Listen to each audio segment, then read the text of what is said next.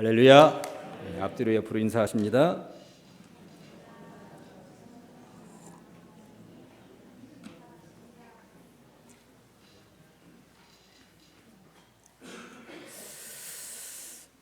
추수감사 주일입니다. 감사회복 두일의 기도회를 마무리하고 나서 맞이하는 감사절이라 그런지 감사들이 많이 회복된 것 같고 얼굴들도 더 펴진 것 같다 하는 생각이 듭니다.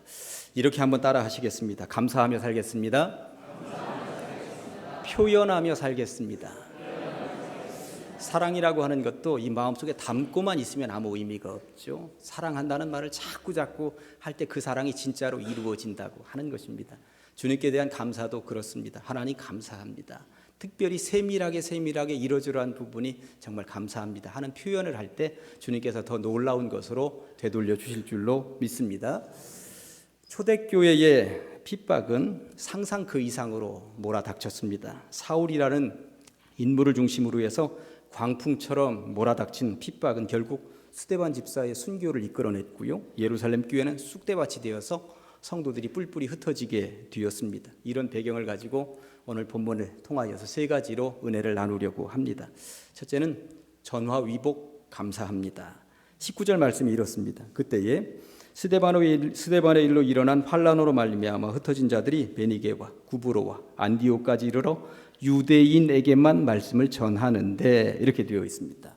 스데반의 일이라고 하는 것은 광풍처럼 몰아닥친 이 핍박에 스데반 집사가 순교당했다는 이 일인 것이고요. 이 광풍처럼 몰아닥친 이 핍박 때문에 성도들이 이 핍박을 피하여서 피신하게 되었는데 주로 북쪽으로 피신하게 되었다는 이야기인 것입니다. 베니게라고 하는 말은 요즘 말로 하면 페니키아라고 하는 말입니다. 예루살렘보다는 북쪽에 포진하고 있습니다. 구브로는 이스라엘 서쪽에 있는 키프로스라고 하는 섬입니다. 바다 건너로도 피신하게 되었다고 하는 것이고요. 안디옥은 이스라엘 북쪽에 포진하고 있는데 요즘 말로 하면 시리아와 터키 국경 지점, 중간 지점에 포진하고 있다고 보시면 됩니다. 아무튼 북쪽으로 서쪽 바다 너머로 사람들은 뿔뿔이 흩어질 수밖에 없는 그런 정도의 핍박이었다고 보시면 틀림이 없는 것입니다. 흩어진 성도들은 처음에는 만나는 유대인들에게만 복음을 증거했습니다. 당연한 일이었습니다.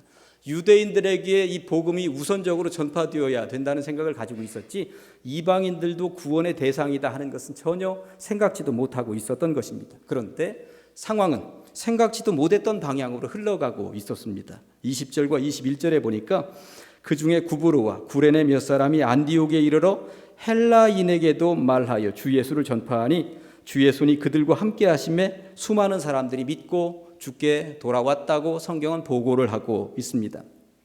헬라인이라고 하는 이방인들에게도 복음이 들어갔다는 거예요. 더군다나 뜨문 몇 명만이 와서 복음이 무엇인가 맛보고 간 것이 아니라 수많은 이방인들이 교회로 들어와서 예수를 믿었다고 성경이 말씀하고 있는 것입니다. 이런 경우를 일컬어서 전화위복이라고 하는 것입니다. 사전적인 의미로는 재앙이 바뀌어 오히려 복이 된다는 뜻이죠. 다른 말로 하면 좋지 않은 일이 계기가 되어서 오히려 좋은 일이 생기게 되었다고 하는 것이 전화위복이라고 하는 말입니다. 처음에 스데반 집사가 죽어 나갈 때만 해도 어떻게 될 것인가 모든 성도들은 기가 막혔습니다. 유대인들이 하나님을 믿는 그 방식과 이 기독교인들이 예수를 통하여 하나님을 믿는 방식이 다르다는 이유 하나만으로 그 유대인들이 돌멩이를 집어서 사람에게 집어 던진다고 하는 것 얼마나 잔인한 일입니까? 아무튼 그렇게 날아오른 돌멩이에 의해서 스데반 집사님이 최초의 순교자가 된 것입니다. 예루살렘 교회는 거의 초토화가 되었고 거듭 말씀드립니다만 모든 성도들이 북쪽으로 바다 건너로 피신하게 되었던 것입니다. 예루살렘 교회는 하나님께서 세우신 교회였습니다.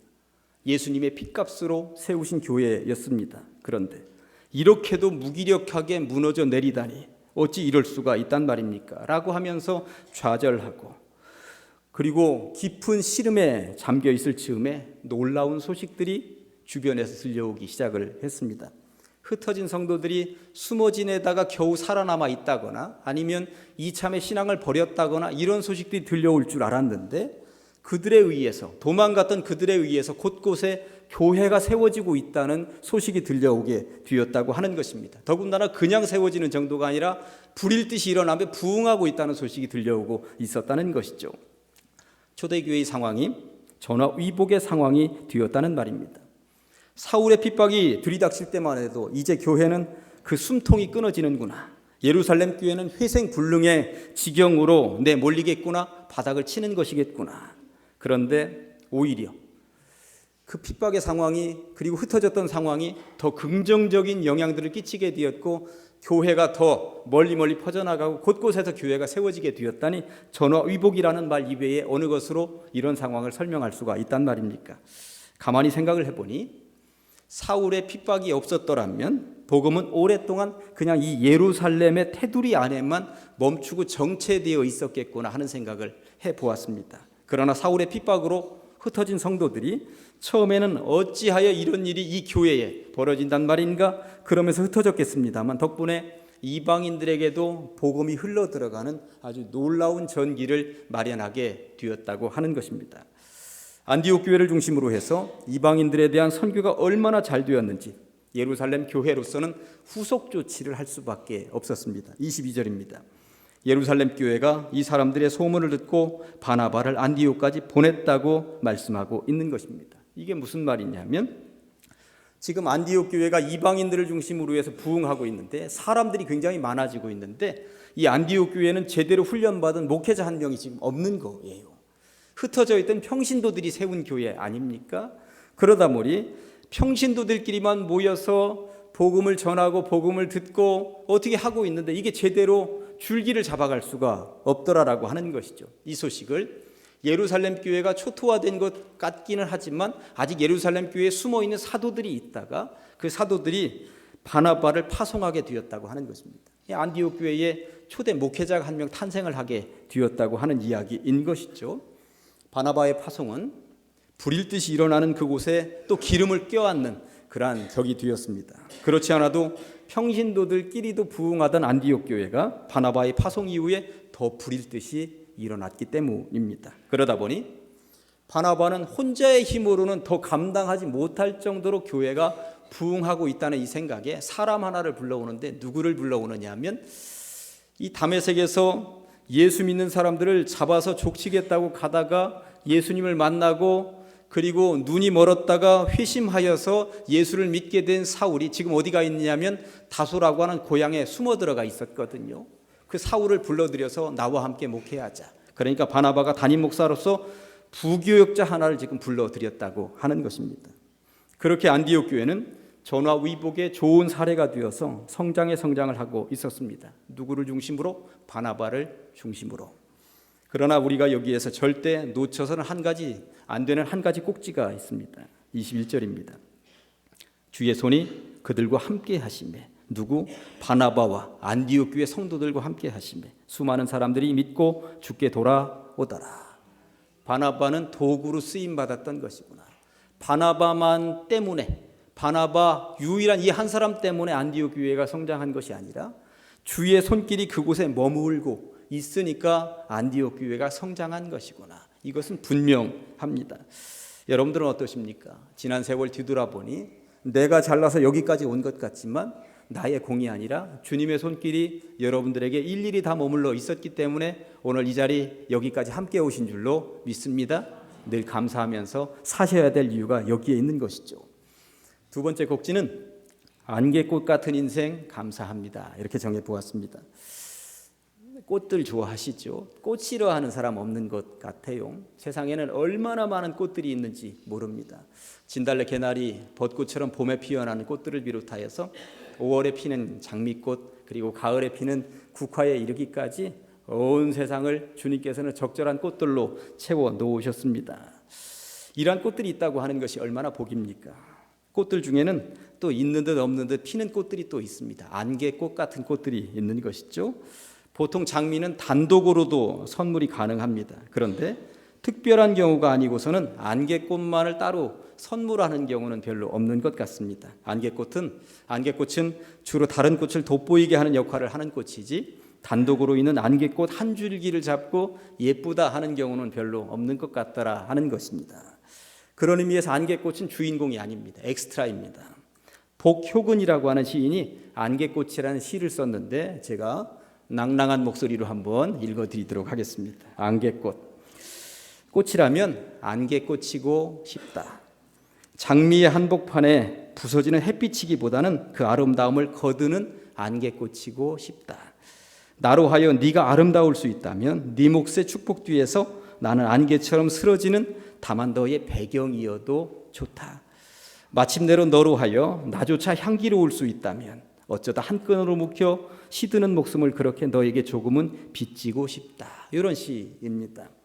시에서 보신 것처럼 안개꽃은 다른 꽃의 아름다움을 이렇게 거들어주는 꽃입니다. 다른 꽃의 배경에 만족하는 꽃이다라고 하는 것이죠. 그런 의미에서 바나바는 안개꽃이구나 하는 생각을 제가 해보게 된 거예요. 처음에는 안디옥 교회 담임 목사로 출발한 것 같습니다만 철저하게 바울을 중심으로 하여서 바울을 장미로 축해 세워주고 바울의 주변에서 안개꽃 역할을 한 사람이 바나바였기 때문에 그렇습니다. 바나바의 등장은 사실 처음 사도행전 4장에서부터 시작을 했습니다. 바나바의 원래 이름은 요셉이었어요. 요셉. 이 당시에 성령 강림 사건을 체험한 이후에 예루살렘 교회는 급성장하고 있었습니다. 그런데 당시 교회가 가난했습니다. 2000년 전에 모든 사람들이 다 가난했습니다. 그러다 보니 성도도 가난했고 교회도 가난했습니다. 그런데 교회라 하니까 그 가난한 사람들이 전부 다 교회로 몰려드는 상황이 초래하게 되었고 교회는 그들을 어떻게든 도와야 되고 함께 먹어야 되고 함께 나누어야 되는 그런 사명이 주어지게 된 것이죠. 그런데 교회 재정이라고 늘 넉넉했겠습니까? 가난한 사람들로 모여져 있는 그 교회는 재정이 늘 부족할 수밖에 없었던 것이죠. 이때 두각을 드러낸 사람이 요셉이었습니다. 요셉은 이스라엘 서쪽의 바다 건너에 있는 구브로라고 하는 섬에 살고 있었는데 농장을 운영하고 있었던 것이죠. 사실 구브로 사람들은 대부분 부자가 많이 있었습니다. 이 구브로는 무화과, 밀농사, 그리고 기름, 벌꿀, 광산 이러한 것들이 포진하고 있는 지역이기 때문에 부자들이 많이 있었던 것이죠. 요셉은 그 지역에서 농장을 가지고 있으면서 부유했었던 것인데 예루살렘 교회의 재정적인 어려움 이 소식을 듣게 되었고 자기 농장을 팔았습니다. 그리고 헌금을 했던 것입니다.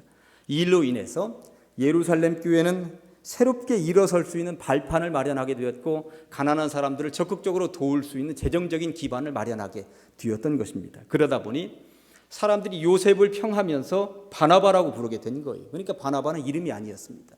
바나바는 별명이었습니다. 바나바의 뜻은 위로의 아들, 격려의 아들 이런 뜻을 가지고 있는 것이죠. 그러니까 사람들이 바나바만 보면 대단한 사람이에요. 저희가 없었으면 내가 어떻게 살았겠는가? 저 사람 때문에 내가 오늘 먹고 사는 것이다. 바나바 정말 좋다. 위로의 사람이다. 우리를 격려하는 사람이다. 우리를 지지하는 사람이다. 그러니까 요셉을 보면 늘 바나바 별명을 더 부르고 다니다 보니까 요셉은 이제 사라지고 바나바가 더 남게 되었다고 하는 것이죠. 세상 살다 보면 천사처럼 사는 사람들이 있어요. 이름은 사라지고 저 사람은 천사야 이런 소리를 바나바가 듣게 되었다고 하는 것입니다. 오늘 본문 24절은 그런 사람 바나바를 이렇게 소개하고 있죠. 바나바는 착한 사람이요 성령과 믿음이 충만한 사람이라 이에 큰 무리가 주께 더하여 지더라. 바나바를 일컬어서 사도행전의 저자는 세상적으로는 착한 사람이라고 분명하게 명명합니다. 그리고 신앙적으로는 성령과 믿음이 충만한 사람이라고. 이런 바나바 때문에 교회가 물론 주님의 손길이 함께 하셨겠습니다만 이런 바나바 덕분에 교회가 더 불일 듯이 일어났다고 보고를 남기고 있는 것이죠. 폭스 잭슨이라고 하는 신학자는 바나바에 대해서 이렇게 기록하고 있습니다. 바나바는 신약 성경에서 가장 매력적인 인물 중에 하나이다. 그는 남의 장점을 찾아내는 특징을 가지고 있다. 재능으로는 바울보다 못했을지 모르나 크리스천의 덕으로는 우월했다. 그는 질투를 몰랐으며 남의 허물을 용서했으며 장점을 보기에 빨랐으며 형제간의 평화를 위해 타협하기에 주저하지 않았던 용납의 사람, 용서의 사람이었다고 말을 하고 있는 것이죠. 폭스 잭슨이라고 하는 신학자가 도대체 바나바의 어떤 면을 보고 이런 기록을 남겼는가 제가 사도행전을 면밀하게 살펴보았더니 정말 누가 보더라도 바나바는 그런 인물, 그런 평가를 받을 수밖에 없는 인물이었구나 하는 것을 발견하게 된 거예요. 제가 성경 구절 몇 군데를 찾아서 인용해 보려고 합니다. 바나바의 진면목을 보실 수가 있을 것입니다. 사도행전 13장을 중심으로 해서 살펴보려고 하는데요. 그 1절에 보면 안디옥 교회 지금 서열입니다. 이게 서열. 누가 1등이고 누가 끝자리인지 한번 보시기 바랍니다. 안디옥 교회에 선지자들과 교사들이 있으니 곧 바나바가 담임 목사 1등입니다. 니게르라 하는 시므온과 구레네 사람 루기오와 분봉왕 헤롯의 젖동생 마나엔과 사울이라. 그러니까 바나바를 중심 담임 목사로 하여서 지금 부교역자의 이름들이 쫙 있는데 사울은 꼬드바리, 이제 막내 부교역자였다는 이야기인 것입니다. 시간이 흘렀습니다. 13장 9절에 보면 사울이 드디어 바울로 이름이 바뀝니다. 바울이라고 하는 사울이 성령이 충만하여 그를 주목했다고 나와 있는데, 사울이 바울된 이후로부터 놀라운 일이 벌어집니다. 이제부터 바나바의 이름이 앞에 등장을 하는 것이 아니라 바나바와 바울의 이름이 뒤바뀝니다. 성경은 늘 바울을 이제 앞장 세우기 시작을 합니다. 13장 46절부터 바울과 바나바가 담대히 말하여 이르되, 이때부터 어느 순간 바울이 앞장서기 시작을 하는 거예요. 바나바를 중심으로 해서 움직이던 교회가 이제부터는 바울을 중심으로 해서 움직이게 되었다고 하는 것이고, 바나바는 뒤로 밀려나기 시작을 했다는 이야기인 것입니다. 한 절만 더 볼까요? 13장 50절에 보니까 이에 유대인들이 경건한 귀부인들과 그 신의 유력자들을 선동하여 바울과 바나바라고 이렇게 얘기를 하고 있습니다. 그 이후에는 이 순서가 절대 다시 또 원상태로 돌아오지 않습니다. 늘 바울이 앞장서 있다라고 하는 것이죠. 그냥 평범하게 지나칠 수 없는 대목입니다. 바나바가 자리를 내주거나 용인하지 않고는 가능한 일이 아니었다고 하는 것입니다. 바나바가 바울을 부교역자로 불렀는데 어느 순간에 바울이 그 담임 목사 자리로 올라갔고 바나바가 부교역자가 된 것과 똑같은 상황인 것입니다. 이 소종영 목사가 송원식 전도사를 부교역자로 불렀는데, 송원식 전도사 주가가 어느 날부터 올라가기 시작을 하더니 수요일 저녁에도 송원식 전도사가 설교하게 해주세요, 주일 낮 예배도 송원식 전도사 좀 더 자주 세워주세요 하더니 주보에도 목회자 순서 이름이 바뀐 거예요. 이게. 주보에 목회자 이름이 바뀌었다고 생각을 해보십시다. 제가 목회 제대로 할 수 있겠습니까? 떠나라는 얘기구나. 그럴 수밖에 없는 상황입니다. 그런데 실제적으로 그랬다는 것입니다. 실제적으로 바나바가 앞에 있다가 바나바가 뒤로 가는 일이 발생을 했다는 것입니다. 그런 의미에서 바나바가 얼마나 대단한 인물이었는지를 알 수가 있는 것이죠. 세상으로 볼 때는 그렇게 밀려나는 것 같은 그러한 상황에도 이 복음을 전하는 것을 절대 놓지 않은 인물이 바나바였다고 하는 것입니다. 밀려나면 밀려나리라. 그러나 중요한 것은 복음을 전하는 것이지 나는 상관없다. 담임 목사 자리를 누가 하고 있는 것이 이게 뭐가 중요하냐. 바나바는 그러한 정신으로 살았다고 하는 것입니다. 장미의 자리에서 안개꽃의 자리로 내려오기가 쉬울까요? 쉽지 않습니다. 그런데 그랬다는 것이죠. 임기가 다 되어서 내려놓는 회장 자리가 아니었습니다. 그러나 바나바는 기꺼이 안개꽃을 자처했다는 말입니다. 자신은 장미의 자리가 너무나도 불편했다고, 오히려 안개꽃의 자리가 훨씬 더 어울린다며 스스로 내려앉았으며 불평 없이 헌신했던 인물이 바나바였다고 하는 것이죠. 그러니 위로의 아들이라는 이 이름을 들으면서 바나바로 불려진 인물로 회자되기에 딱 적절한 인물이 바나바였구나 하는 것을 알 수가 있는 것입니다. 그렇게 바나바는 안개꽃 같은 인생에도 감사하며 살았습니다. 바울을 장미로 하여서 주변에서 돕는 역할, 배경의 역할에도 만족하면서 살았다는 것이죠. 여기에 바나바의 위대성이 있는 것입니다. 다 머리가 되면 누가 꼬리 역할을 하겠습니까? 다 지도자가 되면 누가 평범한 일꾼 역할을 하겠습니까? 어느 자리에 있든지 감사함으로 맡겨진 일에 충성을 다하는 인생이 행복한 인생인 것입니다. 장미꽃의 자리이든 안개꽃의 자리이든 주어진 자리에 만족하며 감사한 인생을 살아가시기를 주님의 이름으로 간절히 축원합니다. 이제 오늘 본문을 통해서 한 가지 주제만 더 말씀을 드리고 말씀을 정리하도록 하겠습니다. 셋째는 예수쟁이 감사합니다. 26절에 보니까 만남에 안디옥에 데리고 와서 둘이, 그러니까 바나바와 바울입니다. 교회에 1년간 모여있어 큰 무리를 가르쳤고 제자들이 안디옥에서 비로소 그리스도인이라 일컬음을 받게 되었더라. 기독교 역사상 처음으로 그리스도인, 크리스천, 예수쟁이라는 소리를 들었다고 하는 아주 역사적인 순간인 것입니다. 우리들도 살아가면서 세상으로부터는 예수쟁이라는 소리를 듣게 됩니다. 당시 안디옥이 어떤 도시였느냐 하면 이 로마가 전 세계를 지배하면서 안디옥이라고 하는 도시를 일부러 만든 계획도시, 신흥도시였습니다. 그러다 보니까 로마의 귀족들이 안디옥에 가서 살고 싶어 했고, 안디옥에서 뭔가 지배자의 역할을 하고 싶어 했고, 안디옥에서 휴양하고 싶어 하는 그러한 도시였습니다. 당시 로마가 전 세계를 지배하면서 얼마나 먹을 것이 진진하고 권력을 누리면서 살았습니까? 그들의 역사를 보니까 계속 잔치하는 거 아닙니까? 먹고 토하고. 그래서 그 천변에는 토한 음식물로 가득 차 있었다는 것이 로마 역사입니다. 그럴 정도로 니나노하면서 살던 것이 로마 역사 아닙니까? 안디옥도 마찬가지였습니다. 그렇게 허랑방탕하게 니나노하면서 살던 그 도시에 이방 우상 덩어리들은 가득 찼습니다.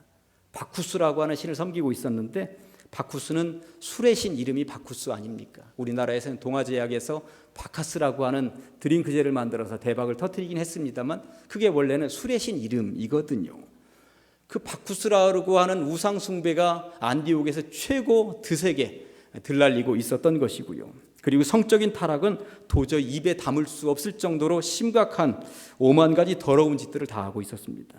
그런데 그 도시에 복음이 들어가게 되었고, 그 복음의 능력으로 사람들이 교회로 나와 복음을 받아들이게 되었다고 하는 것입니다. 이렇게 복음을 통하여 뒤바뀌기 시작을 한 사람들을 일컬어서 안디옥 지역에 있는 사람들이 예수쟁이라고 부르기 시작을 했다는 거예요. 그러니까 처음에 예수쟁이라고 불렀다라고 하는 것은 그들이 높여주면서 추켜 세우면서 부른 이야기가 아니라 비아냥거리면서 비하하면서 부른 이야기, 호칭이었다고 보시면 틀림이 없는 것입니다. 도박을 하는 사람들이 있었다고 생각을 해보시겠습니다. 그 중에 한 명이 나 이제 도박 끊겠다고 교회에 나오기 시작을 했습니다. 철저하게 끊었습니다. 그런 도박하는 사람들이 도박을 끊고 교회에 나온 사람을 일컬어서 뭐라고 하냐면 저 친구 교회 나가더니 배렸어 이러는 거거든요. 그럼 예수쟁이는 지금 배렸다는 거예요. 세상 말로 볼 때는 배렸다는 것입니다. 술꾼들이 모여서 그렇게 술판 버리고 살다가 한 명이 나 이제 교회 다니기 시작했으니까 이거 끊겠다고 나가기 시작했습니다. 술꾼들이 그 사람을 일컬어서 뭐라고 합니까? 예수 믿더니 배렸어. 그게 바로 비로소 그리스도인이 되었구나, 비로소 예수쟁이가 되었구나, 세상으로부터 이런 인정받았다라고 하는 것입니다. 시내버스 옆면에 보면 이렇게 길게 직사각형으로 광고판들이 있어요. 작년인가 재작년인가 영국에서 광고가 하나 내걸렸는데 무신론자들이 광고를 내걸었습니다. 거기에는 신은 존재하지 않습니다. 걱정 말고 인생을 즐기세요. 이렇게 쓰여 있었습니다. 신은 존재하지 않으니까 죄악으로 타락으로 살아도 되니까 마음껏 즐기면서 살아라고. 교회 다닌다 하면서 밖에서 눈치 보면서 또 하나님의 심판이 무서워서 못 사는 사람들 절대 그럴 거 없다. 신 없으니까 마음 놓고 살아라. 이런 광고가 내걸렸던 것입니다. 그들이 우리 기독교인들을 몰라도 너무 모르는 것이죠. 그래서 명절에 시골에 가면 교회 안 다니는 친구들이 가끔 이렇게 묻습니다. 너는 도대체 무슨 재미로 사냐? 이렇게 묻는 거예요. 걔네들이 저를 몰라도 너무 모르는 거죠. 여러분들이 보기에는 제가 재미없이 사는 것 같습니까? 저는 얼마나 재미있게 신나게 사는지 모릅니다. 제가 보기에 여러분들도 마찬가지입니다. 예수 믿고 인생 즐겁지 않습니까? 예수 믿고 인생이 얼마나 즐겁습니까? 예수 믿고 사는 인생의 즐거움을 그들이 모르는 것이죠. 그러니까 그들은 니네는 도대체 무슨 재미로 사냐 이렇게 말을 하고 있다는 것입니다. 그러니 영국에서 그 광고를 걸은 무신론자들은 우리가 사는 모습은 인생에 사는 재미가 없다고 생각을 하는 것이고 그냥 세상적으로 마구마구 살아도 된다고, 신은 없다고 주장을 했다고 하는 것입니다. 여기에서 중요한 것은 세상 친구들이 저 친구 완전히 배렸어. 세상 친구들로부터는 이런 소리 들으면서 사는 것이 우리들에게는 더 신앙적인 것이고 거룩한 것이고 복된 것이다 라고 하는 이야기인 것입니다. 기꺼이 예수쟁이가 되어야 할 줄로 믿습니다. 안디옥 교회 성도들이 그런 소리를 들었다 하는데 이 시대에 진짜 세상 사람들로부터는 배렸다 소리를 듣더라도 정말 나는 예수 믿고 예수쟁이가 된다는 정신으로 살아가야 된다라고 하는 것입니다. 그런 안디옥 교회 중심에 누가 있었다고요? 바나바가 있었다는 것입니다. 모든 성도들을 위로하고 모든 성도들을 격려하고 모든 성도들을 지지해 주면서 내가 가지고 있는 모든 것을 다 내놓을 수 있었던 사람, 그러한 바나바가 있었기 때문에 안디옥 교회가 불일 듯이 일어났다는 것입니다. 내 기득권 내려놓을 줄 아는 사람, 그런 바나바가 있었기 때문에 안디옥 교회가 그렇게 부흥할 수 있었다고 말을 하고 있는 것입니다. 그리고 그리스도인이라고 하는 비아냥거리는 그런 소리에도 아랑곳하지 않고 예수쟁이라고 하는 이 이름 하나에 감사하면서 살아가는 사람들이 그곳에는 있었다고 하는 것이죠. 이제는 그런 소리를 누가 들어야 한다고요? 바로 여러분들이 들어야 할 줄로 믿습니다. 이제 말씀을 정리합니다. 초대교회에 핍박이 몰아닥쳤습니다만 이를 계기로 하여서 오히려 안디옥 교회가 다시금 세워지는 전화위복의 기회가 되었다고 성경은 말씀하고 있습니다. 올 한 해 힘들었던 분들 계시죠. 눈물 흘려야 하는 그런 상황 가운데 놓여 있었던 분들 계실 것입니다. 경제적으로 어렵다 하니까 경제적으로, 그래서 각 사업장마다 힘들어하는 분들도 분명히 계셨을 것입니다. 그러나 그러한 모든 상황 가운데 주님의 손길이 함께 하심으로 전화위복의 기회로 삼는 추수감사절이 될 수 있기를 간절히 축원합니다. 그리고 두 번째, 누구나 다 장미꽃이 될 수는 없습니다. 때로 안개꽃 같은 존재가 되어서 도우미 역할을 해야 하는 사람들이 분명히 있거든요. 각 부서에 회장들, 임원들 세워 놓으셨습니다. 그러면 주변에서 배경이 되고 도우미가 되고 안개꽃이 되는 사람들이 옆에서 도와주어야만 그러한 임원들은 일을 할 수가 있을 것입니다. 그러한 역할들을 또 충실히 감당함으로 각 부서가 부흥하고 교회가 부흥할 수 있었으면 참 좋겠습니다. 그리고 마지막으로 부디 비옵기는 세상의 시각으로는 배려버린 사람, 신실한 예수쟁이들이 다 되어서 어떤 상황에서도 감사를 회복하며 살려내며 표현하며 사는 주의 백성들이 다 되시기를 주님의 이름으로 간절히 축원합니다. 기도하시겠습니다. 하나님 아버지, 감사합니다. 추수감사주의를 맞이하여 안개꽃과도 같은 인생 바나바를 통하여 감사를 되살려내게 하시니 감사합니다. 힘들고 어려운 상황에 놓여 있을지라도 주님의 손길이 머물므로 전화위복의 주인공이 되게 하여 주시옵소서. 머리가 되지 못하고 도우미의 역할이라 할지라도 충성하며 봉사하게 하시고, 세상 속에서 예수쟁이라는 비아냥 소리를 듣더라도 늘 주님 곁에 머무는 의지의 신앙인들이 다 되게 하여 주시옵소서. 예수님의 이름으로 기도합니다. 아멘.